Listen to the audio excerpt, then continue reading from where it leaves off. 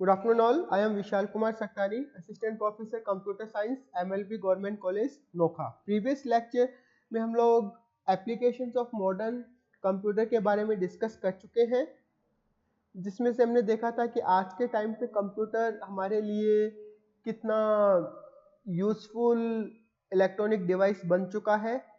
आज के इस लेक्चर में हम लोग मेनली डिस्कस करने वाले हैं historical evolution and generation of computers. तो आज के इस लेक्चर के लिए कंटेंट है historical evolution and generation of computers, और उसके अलावा जो डिफरेंट जनरेशन है कंप्यूटर की, उसके फीचर्स क्या क्या हैं, एडवांटेज क्या क्या हैं और डिसएडवांटेजेस क्या क्या हैं। तो स्टार्ट करते हैं historical evolution and generation of computers के साथ।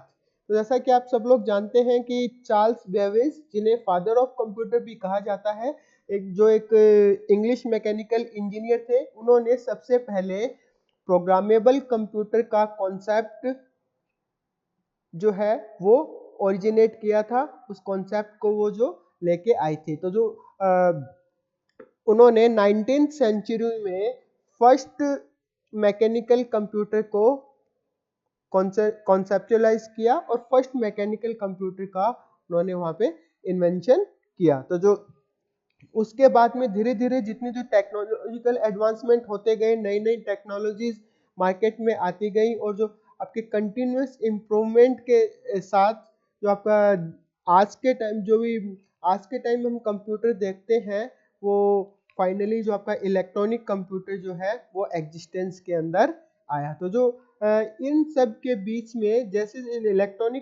जब से इलेक्ट्रॉनिक कंप्यूटर बनना स्टार्ट हुआ, उसके बाद से हम जो कंप्यूटर की जो इलेक्ट्रॉनिक कंप्यूटर की जनरेशन की अगर बात करें, तो बेसिकली कंप्यूटर की जो जनरेशन्स को हम 5 जनरेशन्स में डिवाइड कर सकते हैं, जो कि जिन्हें हम फर्स्ट जनरेशन, जिसका जो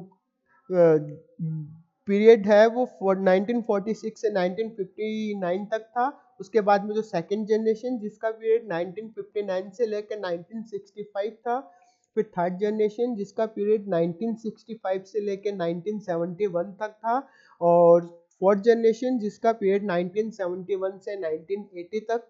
और जो फिफ्थ जनरेशन, जो कि अभी जो प्रेजेंट जनरेशन जो कंप्यूटर्स की चल रही है, जो 1980 से लेके आज तक की जो जनरेशन है, ये आपके फिफ्थ जनरेशन के अंदर आती है। तो इस टाइप से जो इलेक्ट्रॉनिक कंप्यूटर है उसको 5 जनरेशन्स के अंदर, उसकी जनरेशन्स को 5 जनरेशन्स के अंदर डिवाइड किया गया। प्रत्येक जनरेशन के अपने कुछ फीचर्स थे, कुछ अपने जो उसमें इलेक्ट्रॉनिक कंपोनेंट्स उसके अंदर यूज हुए थे, उसके अलावा उसके कुछ अपने एडवांटेजेस और डिसएडवांटेजेस भी थे। तो उनको वन बाय वन हम जो इन सब जनरेशन्स के बारे में यहाँ पे डिस्कस करेंगे। तो स्टार्ट करते हैं फर्स्ट जनरेशन के लिए। तो फर्स्ट जनरेशन और टाइम पीरियड उसका 1946 से लेकर 1959 तक था। तो सबसे पहले जो फर्स्ट इलेक्ट्रॉनिक कंप्यूटर, जिसको हम फर्स्ट सक्सेसफुल इलेक्ट्रॉनिक कंप्यूटर कह सकते हैं, INIAC, जिसका जो full name electronic numeric integrated and calculator था, उसको JP एकर्ट एंड JW मोती ने इन्वेंट किया था। और ये जो बेसिकली इस कंप्यूटर को बनाने में वैक्यूम ट्यूब का यूज हुआ था, और वैक्यूम ट्यूब जो है उस टाइम पे अवेलेबल ओनली इलेक्ट्रॉनिक कंपोनेंट था। तो जो इलेक्ट्रॉनिक जो सिर्फ और सिर्फ उस टाइम पे ये इलेक्ट्रॉनिक कंपोनेंट अवेलेबल था, तो इसलिए वैक्यूम ट्यूब्स को इसके अंदर यूज किया गया। और जो इसके कुछ और एग्जांपल्स की हम बात करें, तो जैसे यूनिवैक जो है यूनिवर्सल ऑटोमेटिक कंप्यूटर जिसे हम कह सकते हैं। इसके अलावा IBM 701, IBM 650, IBM stands for international business machine. तो ये कुछ जो आपके फर्स्ट जनरेशन के कंप्यूटर के एग्जांपल्स हैं। तो इसका जो सबसे बड़ा एडवांटेज ये था कि उस टाइम ये आपका अवेलेबल ओनली जो सक्सेसफुल इलेक्ट्रॉनिक कंप्यूटर था, तो इसका जो उस टाइम जो कैलकुलेशन थी इसकी बहुत ज़्यादा फास्ट थी, और ये मिली सेकेंड में कोई भी कैलकुलेशन को परफॉर्म कर सकता था। तो उसके कुछ डिसएडवांटेजेस भी थे। तो ये जो फर्स्ट जनरेशन का कंप्यूटर था, जो मेनली इलेक्ट्रॉनिक कंपोनेंट उसके अंदर यूज हुआ वैक्यूम ट्यूब से, जो वैक्यूम ट्यूब साइज में बहुत बड़े थे, और जिसका जो वेट है अराउंड 30 टन, एक टन के अंदर आपका 10 क्विंटल होता है, तो 30 टन उसका जो वजन था। इसके अलावा ये बहुत ज़्यादा कॉस्टली था। स्टोरेज कैपेसिटी जो है वो उस टाइम बहुत ज़्यादा उसकी स्मॉल थी, बहुत ज़्यादा लार्ज अमाउंट ऑफ डेटा हम उसके अंदर स्टोर नहीं कर पाते थे। इसके अलावा जो वैक्यूम ट्यूब्स की साइज़ के कारण और जो कि बहुत ज़्यादा हीट जनरेट होती थी, और बहुत ज़्यादा हीट जनरेट होने के कारण उसके लिए एक लार्ज कूलिंग सिस्टम की भी रिक्वायरमेंट थी। उसकी वर्क एफिशिएंसी बहुत ज़्यादा कम थी, और ये सिर्फ और सिर्फ मशीन लैंग्वेज को ही सपोर्ट करता था। मशीन लैंग्वेज के अलावा हम और दूसरी लैंग्वेज के थ्रू इस कंप्यूटर पे वर्क नहीं कर पाते थे। उस टाइम पे जो आपके पंच कार्ड और जो यूज़ होते थे, जिसको हम इनपुट के लिए यूज़ करते थे, उसके अलावा जो वैक्यूम ट्यूब और लार्ज साइज की वजह से उसका एनर्जी कंजप्शन जो है वो बहुत ज़्यादा था। इसको हम ये जो फुली उस टाइम जो फर्स्ट जनरेशन के कंप्यूटर थे वो फुली रिलायबल नहीं थे, और उसके अलावा जो उनका मेंटेनेंस जो है, कांस्टेंट मेंटेनेंस की उनको ज़रूरत पड़ती थी, और साइज़ में बहुत ज़्यादा बड़े होने के कारण अगेन वो पोर्टेबल नहीं थे, यानी कि एक स्थान से दूसरे स्थान पे हम उनको इजीली नहीं ले जा सकते थे। तो ये कुछ फीचर्स एडवांटेज एंड डिसएडवांटेज है फर्स्ट जनरेशन के कंप्यूटर के। अब बात करते हैं सेकंड जनरेशन की। जो सेकंड जनरेशन की जो आपको जो कंप्यूटर है उसका टाइम पीरियड 1959 से लेकर 1965 था। और जो उसकी अगर फीचर्स की बात करें तो सेकंड जनरेशन के कंप्यूटर्स को बनाने के लिए ट्रांजिस्टर्स का यूज हुआ। तो ट्रांजिस्टर्स जो है वो साइज के अंदर बहुत ही स्मॉल थे in comparison to vacuum tube. उसके अलावा जो आपके उसके जो बहुत ज़्यादा सस्ते थे, लेस पावर, उस जो आपका पावर कंजप्शन बहुत कम था, रिलायबल भी थे, और जो आपके फर्स्ट जनरेशन के अंदर जो वैक्यूम ट्यूब यूज हुई उससे फास्टर भी थे। तो जो यहाँ पे ट्रांजिस्टर्स का यूज होने की वजह यूज हुआ, और जो मेमोरी के लिए यहाँ पे मैग्नेटिक कोर और जो मैग्नेटिक टेप और मैग्नेटिक डिस्क, इन सब का यूज हुआ। तो मैग्नेटिक कोर को जो प्राइमरी मेमोरी या फिर रैम के लिए यूज किया गया, और जो आपका मैग्नेटिक टेप और मैग्नेटिक डिस्क है उसको सेकेंडरी स्टोरेज डिवाइस के लिए यूज किया गया। जो कंप्यूटर जो इन कंप्यूटर्स के अंदर बेसिकली बैच प्रोसेसिंग और मल्टी प्रोग्रामिंग ऑपरेटिंग सिस्टम्स को यूज किया गया। जो बैच प्रोसेसिंग का मतलब एक बार हम उसको टास्क असाइन करके छोड़ देते थे तो वो टास्क आपका एग्जीक्यूट होता रहता था। उसके बाद में जो मल्टी प्रोग्रामिंग का कॉन्सेप्ट आया कि हम एक से ज़्यादा प्रोग्राम जो है वो रैम के अंदर हो सकते हैं, लेकिन एग्जीक्यूट एक टाइम पे एक ही होगा। तो जो मल्टी प्रोग्रामिंग और बैच प्रोसेसिंग का कॉन्सेप्ट इस जनरेशन के अंदर यूज किया गया था। तो कुछ एग्जाम्पल्स हैं इस सेकेंड जनरेशन के कंप्यूटर्स के।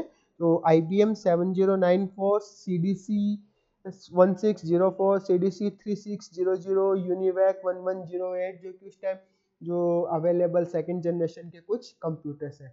तो उसका जो मेन जो एडवांटेज है फर्स्ट जनरेशन के कंपैरिजन में ये है कि एक तो ये फर्स्ट जनरेशन के कंपैरिजन में रिलायबल थे, फिर साइज के अंदर ये फर्स्ट जनरेशन से बहुत ज़्यादा स्मॉलर थे। स्मॉलर साइज होने के कारण जो हीट जनरेशन जो है वो आपका बहुत ही कम था, और जो इसके अलावा जो पावर कंजप्शन था या फिर इलेक्ट्रिसिटी कंजप्शन था वो फर्स्ट जनरेशन के कंपैरिजन में बहुत कम था। और ये जो फर्स्ट जनरेशन के कंपैरिजन में जो कैलकुलेशन स्पीड जो है यहाँ पे परफॉर्मेंस है वो भी उसकी जो अच्छी थी।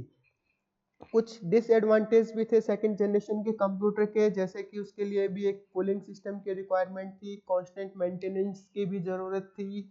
इसके अलावा उसे हम केवल और केवल कुछ स्पेसिफिक पर्पस के लिए ही यूज़ कर सकते थे। अब भी कंप्यूटर जो है वो उसको एक आम आदमी के लिए अफोर्ड करना पॉसिबल नहीं था, क्योंकि उनकी कॉस्ट अभी भी बहुत ज़्यादा थी। इसके अलावा जो सेकेंड जनरेशन के कंप्यूटर्स हैं उनमें मशीन लैंग्वेज और असेंबली लैंग्वेज के प्रोग्राम्स के लिए ही सपोर्ट अवेलेबल था। तो ये थे आपके ये बात हुई सेकेंड जनरेशन की। अब बात करते हैं थर्ड जनरेशन की। तो थर्ड जनरेशन का जो टाइम पीरियड था 1965 1971। जो थर्ड जनरेशन तक आते आते टेक्नोलॉजी भी इम्प्रूव होती गई, और जो आपकी जो मार्केट के अंदर जो लेटेस्ट टेक्नोलॉजीज आई तो थर्ड जनरेशन के कंप्यूटर्स के अंदर आईसीज का यूज हुआ। आईसीज यानी कि इंटीग्रेटेड सर्किट्स का यूज हुआ जिन्होंने ट्रांजिस्टर्स को रिप्लेस किया था। तो एक आईसी के अंदर बहुत सारे ट्रांजिस्टर, रेजिस्टर्स और कैपेसिटर्स जो है वो सर्किट के अंदर एसोसिएट हो सकते हैं। तो जो एक सिंगल आईसी चिप जो है अपने आप में ए लार्ज नंबर ऑफ जो आपके ट्रांजिस्टर और जो जितने भी वो इलेक्ट्रॉनिक कंपोनेंट्स प्रीवियस जनरेशन के अंदर यूज हुए थे उनको रिप्लेस कर सकता था। तो इस जो आईसी इसके यूज इंटीग्रेटेड सर्किट्स के यूज होने से कि जो साइज के अंदर एक बहुत बड़ा चेंज हुआ कंप्यूटर्स के, और जो आपके साइज जो है वो बहुत ज़्यादा रिड्यूस हो गई। जो थर्ड जनरेशन के कंप्यूटर के अंदर रिमोट प्रोसेसिंग, उस टाइम आपके इंटरनेट का कॉन्सेप्ट भी इंट्रोड्यूस हो रहा था। तो रिमोट प्रोसेसिंग उसके अंदर हम कर सकते थे, एक लोकेशन से दूसरी लोकेशन पे जो कंप्यूटर है उस पर हम वर्क कर सकते थे। टाइम शेयरिंग का कॉन्सेप्ट भी इंट्रोड्यूस हुआ, मल्टी प्रोग्रामिंग ऑपरेटिंग सिस्टम। तो टाइम शेयरिंग का कॉन्सेप्ट बेसिकली अगर बहुत सारे हमारे पास में प्रोग्राम अगर अवेलेबल है, तो जो आपका जो सीपीयू जो है रैम के अंदर बहुत सारे प्रोग्राम हैं, तो एक बार कुछ टाइम के लिए एक प्रोग्राम को एग्जीक्यूट करेगा और उसके बाद में दूसरे प्रोग्राम को कुछ टाइम के लिए दूसरे प्रोग्राम को एग्जीक्यूट करेगा। इस टाइप से जो सीपीयू है अपना टाइम डिफरेंट प्रोग्राम्स के बीच में शेयर करते हुए तो टास्क को कंप्लीट करता है। तो इसलिए जो टाइम शेयरिंग का जो कॉन्सेप्ट है इसने जो परफॉर्मेंस को बहुत ज़्यादा इम्प्रूव किया। तो जो कॉन्सेप्ट जो है टाइम शेयरिंग का, मल्टी प्रोग्रामिंग ऑपरेटिंग सिस्टम्स का, वो थर्ड जनरेशन के अंदर यूज़ किया गया। इसके अलावा थर्ड जनरेशन जो कि कंप्यूटर्स थे उसके अंदर हाई लेवल लैंग्वेजेस, जिसमें आपको फोरट्रान जिसको हम फार्मूला ट्रांसलेशन भी कहते हैं, उसका जो सेकंड वर्जन है उसका सेकंड से लेके फोर्थ वर्जन तक का यूज़ किया गया। COBOL, common business oriented language, pascal, PL, basic, ALGOL 68, ये सब जो लैंग्वेजेस थे उन लैंग्वेजेस का थर्ड जनरेशन के अंदर यूज़ किया गया। उस थर्ड जनरेशन के जो कंप्यूटर्स हैं उसके कुछ एग्जांपल्स हम देख सकते हैं। पीडीपी जिसको हम पर्सनल डेटा प्रोसेसर भी कहते हैं, पीडीपी 8, पीडीपी 11। इसके अलावा IBM 360, IBM 370, ये कुछ थर्ड जनरेशन के कंप्यूटर्स के एग्जांपल हैं। फिर जो आपके जो प्रीवियस जनरेशन्स थी उसके कंपैरिजन में थर्ड जनरेशन के कंप्यूटर के कुछ एडवांटेजेस थे कि ये कह सकते हैं कि ये बहुत उनके कंपैरिजन में बहुत ज़्यादा रिलायबल थे या ज़्यादा रिलायबल थे। साइज जो है उनकी जो प्रीवियस टू जनरेशन्स थी उनके कंपैरिजन में स्मॉल थी। उसके अलावा इन्होंने जो हीट जनरेशन था वो हीट जनरेशन बहुत कम था।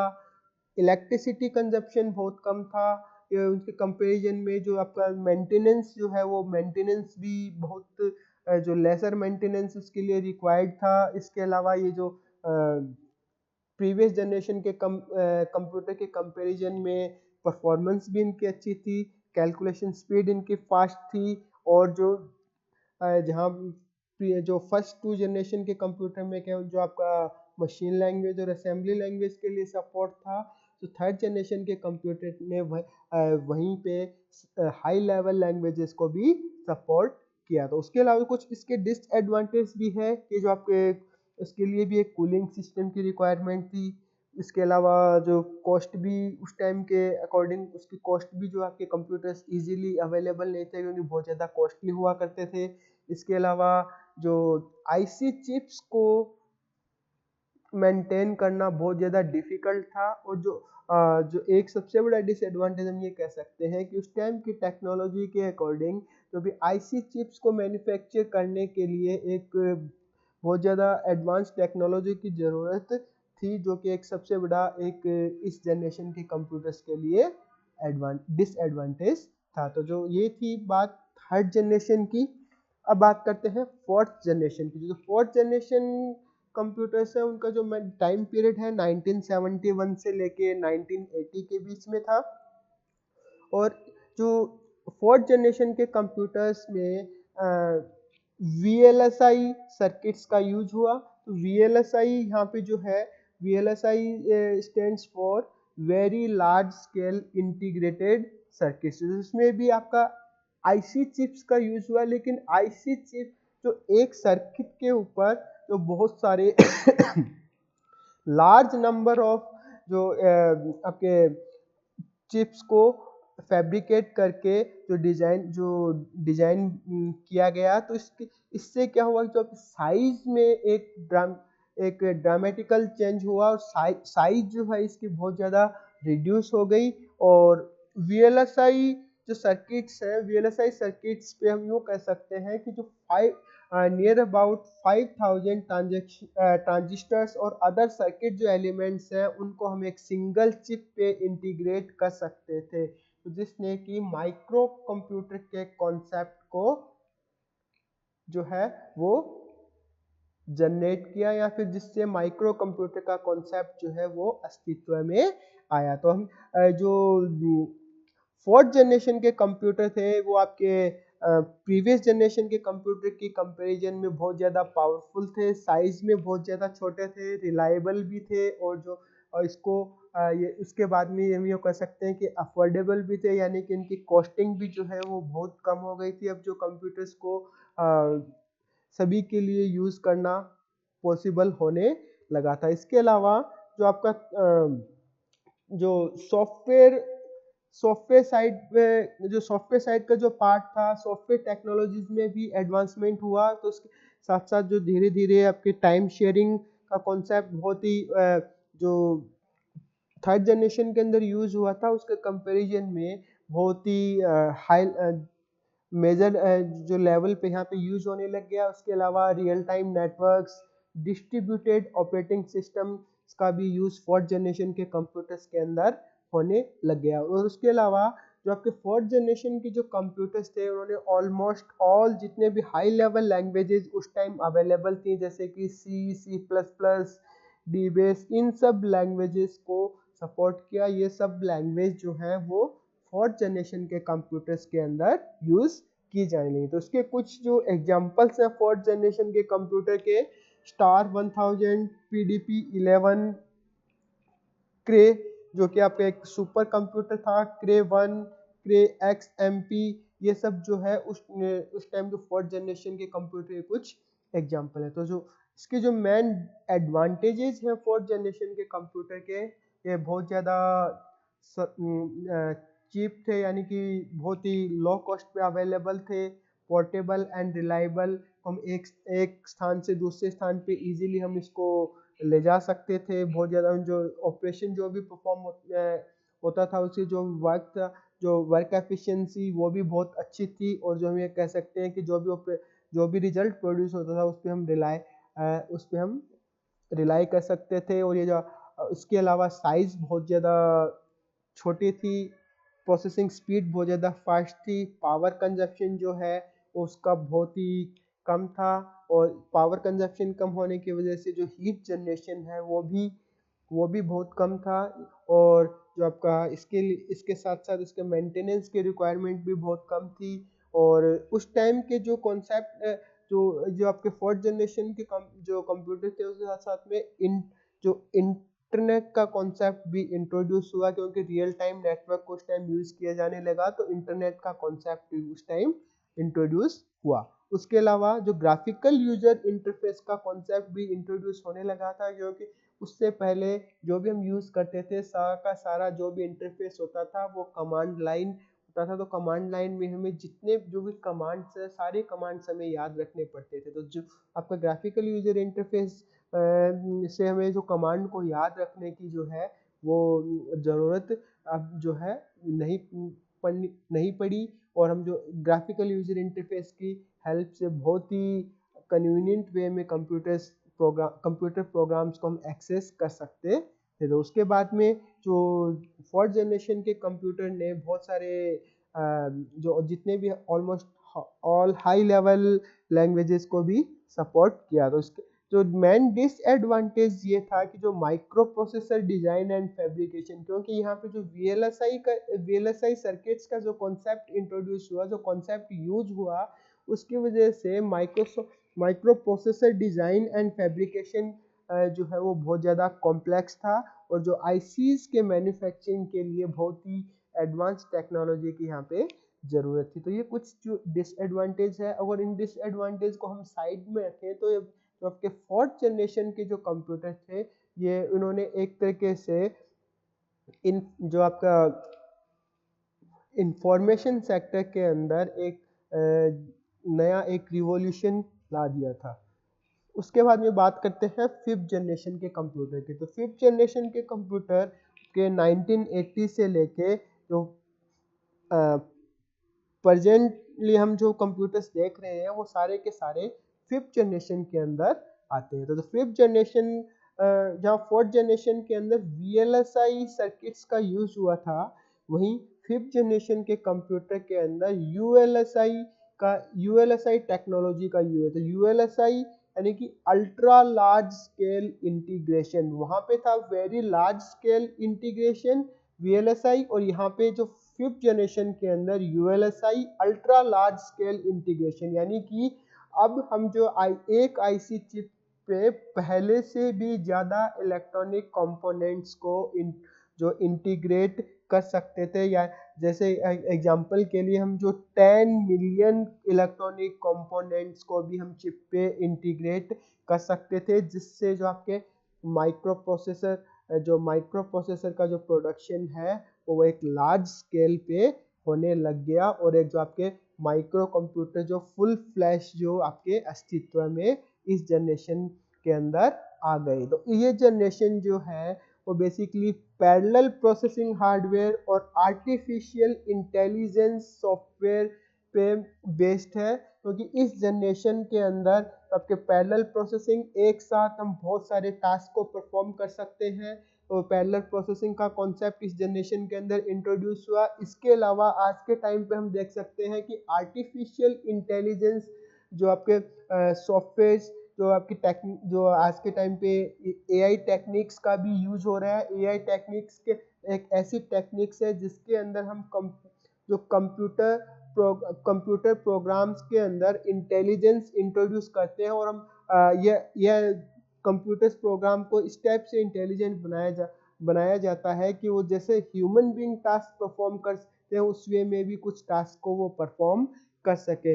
यानी कि हालांकि जितने ऑलमोस्ट 100% ह्यूमन बीइंग के जो आर्टिफिशियल इंटेलिजेंस की हेल्प से कंप्यूटर्स को 100% ह्यूमन बीइंग्स के सिमिलर बनाया जाना पॉसिबल नहीं है, फिर भी इसने जो आर्टिफिशियल इंटेलिजेंस के कॉन्सेप्ट ने बहुत हद तक जो ह्यूमन बीइंग्स को इंडस्ट्री के अंदर भी, जैसे कि मैन्युफैक्चरिंग इंडस्ट्रीज है वहाँ पे आपके इनको रिप्लेस कर दिया है, क्योंकि वहाँ पे आजकल ह्यूमन बीइंग्स की जगह रोबोट्स का यूज होता है मैन्युफैक्चरिंग के अंदर। तो जो आर्टिफिशियल इंटेलिजेंस का कॉन्सेप्ट है, इसने एक तरीके से इस फील्ड के अंदर एक रिवॉल्यूशन ला दिया है। इसके अलावा जो इस जनरेशन के कंप्यूटर के अंदर तो बहुत सारी हाई लेवल लैंग्वेजेस कि हम आज के टाइम पे देखते हैं C++, जावा, .NET, पाइथन, ये बहुत सारी लैंग्वेजेस हैं जो आज के टाइम पे हम यूज़ करते हैं। और आज के टाइम पे तो जो कॉन्सेप्ट इंट्रोड्यूस हो चुके हैं आपके big data, internet of things, और इसके अलावा जो पाइथन प्रोग्रामिंग जो इंट्रोड्यूस हुई है, पाइथन के थ्रू हम बहुत सारे जो आर्टिफिशियल इंटेलिजेंस से रिलेटेड जो प्रोग्राम्स हम यहाँ पे बना सकते हैं। इसके अलावा न्यूरल नेटवर्क्स, ये बहुत सारे कॉन्सेप्ट्स हैं। आप इसके अलावा जो क्लाउड टेक्नोलॉजी है, और ये जो सारी इतनी जो टेक्नोलॉजीज आज के टाइम पे इंट्रोड्यूस हो चुकी हैं कि जिससे जो टास्क हम पहले सोच भी नहीं पाते थे कि हम कंप्यूटर की हेल्प से परफॉर्म कर सकते हैं, वो टास्क हम आज के टाइम पे कंप्यूटर की हेल्प से परफॉर्म कर रहे हैं। तो उसकी जो फिफ्थ जनरेशन के कंप्यूटर्स के कुछ एग्जांपल हैं, डेस्कटॉप, लैपटॉप, टैबलेट, जो एंड्रॉयड फोन्स हम आज के टाइम पे यूज कर रहे हैं, नोटबुक, अल्ट्रा बुक, ये सारे के सारे फिफ्थ जनरेशन के कंप्यूटर्स के एग्जांपल हैं। तो इसके कुछ एडवांटेजेस जो है ये वो आपके जो कॉस्ट बहुत ज़्यादा कम है, साइज में बहुत ज़्यादा स्मॉलर है, हाईली पोर्टेबल एंड रिलायबल है, क्योंकि हम आज के टाइम पे देखते हैं हम कहीं पे भी लैपटॉप को एक प्लेस से दूसरे प्लेस पे मूव करके कहीं पे भी ट्रैवलिंग में हम कहीं पे भी उसको यूज़ कर सकते हैं। आज के टाइम पे जो भी कंप्यूटर्स अवेलेबल है उनके जो प्रोसेसिंग स्पीड जो है बहुत ज़्यादा फास्ट है। ये नैनो सेकंड से भी कम टाइम में, जो यानी कि 1 सेकंड के 1 करोड़वें हिस्से से भी कम टाइम में एक कैलकुलेशन को ये परफॉर्म कर सकते हैं। तो जो पावर कंजप्शन जो है वो बहुत ही कम है। जितने भी जो हाई लेवल लैंग्वेजेज हैं उन सबको आज के कंप्यूटर्स जो है वो सपोर्ट करते हैं।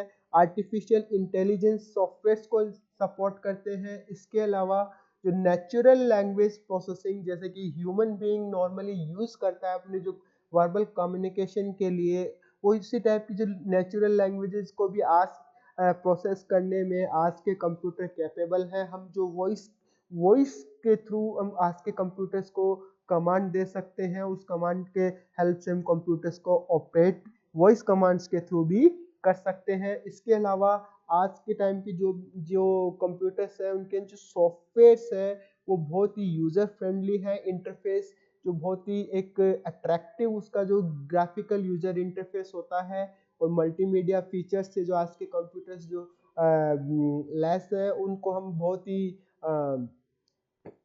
बहुत ही इजी वे में उनको हम जितने भी सॉफ्टवेयर है हार्डवेयर कंपोनेंट्स उनको हम एक्सेस कर सकते हैं। तो डिसएडवांटेजेस के कुछ डिसएडवांटेजेस भी हैं। ये है कि सबसे पहले ये जो लो लेवल लैंग्वेजेस हैं उनके लिए सपोर्ट चाहिए, और उसके लिए जो अभी स्किल्ड प्रोग्रामर्स की रिक्वायरमेंट है, क्योंकि आज के टाइम पे जो भी काम हो जनरली हम सॉफ्टवेयर जो आपका सॉफ्टवेयर पार्ट है उस सॉफ्टवेयर पार्ट पे ज़्यादा काम हो रहा है। तो सॉफ्टवेयर पार्ट जो हाई लेवल लैंग्वेजेस पे जनरली हम वर्क करते हैं, तो जो लो लेवल लैंग्वेजेस के लिए सपोर्ट की रिक्वायरमेंट है। उसके अलावा जो आजकल कंप्यूटर जो आर्टिफिशियल इंटेलिजेंस जो टेक्निक है उसने कंप्यूटर्स को इतना एडवांस बना दिया है कि जो कुछ कामों में ह्यूमन बीइंग्स को सोचने की ज़रूरत नहीं होती, जिसने कि ह्यूमन ब्रेन्स को डल बना दिया है। तो इस चीज़ से हमें भी बचना होगा, क्योंकि कंप्यूटर्स जो है वो अपनी अपनी जगह है, जो हमारा जो लेकिन एक ह्यूमन बीइंग को कभी भी कंप्यूटर रिप्लेस नहीं कर सकता। तो जो आपके 5th जनरेशन के कंप्यूटर्स जो है वो अभी हम उसके अंदर जो भी आर्टिफिशियल इंटेलिजेंस का यूज़ देख रहे हैं उससे आपकी बहुत ज़्यादा एनालिटिकल पावर जो है, एनालिटिकल पावर बहुत ज़्यादा स्ट्रॉन्ग हुई है, और एनालिटिकल पावर की वजह से हम लोग कुछ चीज़ें प्रेडिक्ट भी कर सकते हैं। जैसे कि आज के टाइम पे जो आर्टिफिशियल इंटेलिजेंस सॉफ्टवेयर्स हैं उनको यूज़ करके हम ये पता लगा सकते हैं कि अगर एक पर्सन एक्स उसने जैसे हम मार्केटिंग स्ट्रेटेजीज की बात करें तो बिजनेस के अंदर, तो बिजनेस आइडियाज़ में तो उनको हम बहुत ही बेटर वे में यूज़ कर सकते हैं कि जैसे एक पर्सन एक्स ने एक आइटम वाई परचेज किया, तो हम ये भी उसके साथ साथ ये भी पता लगा सकते हैं कि ये पर्सन जो एक्स है वो आइटम जेड को भी परचेज करने वाला है या नहीं। तो ये सब जो है जो आर्टिफिशियल इंटेलिजेंस का जो आपका जो भी डेटा एनालिटिक्स का जो भी कॉन्सेप्ट इंट्रोड्यूस हुआ है इस 5th जनरेशन के कंप्यूटर्स के अंदर, जो आपके ये high level languages artificial intelligence के लिए जो सपोर्ट जो अवेलेबल हुआ है उसकी वजह से ये सब कुछ संभव हो पाया है। तो आज के इस लेक्चर में हम लोगों ने डिस्कस किया जो कंप्यूटर्स के 5 जनरेशन्स कौन से हैं, इसके अलावा उनके डिफरेंट फीचर्स क्या क्या हैं, एडवांटेजेस क्या क्या हैं, डिसएडवांटेजेस क्या क्या हैं। Thank you.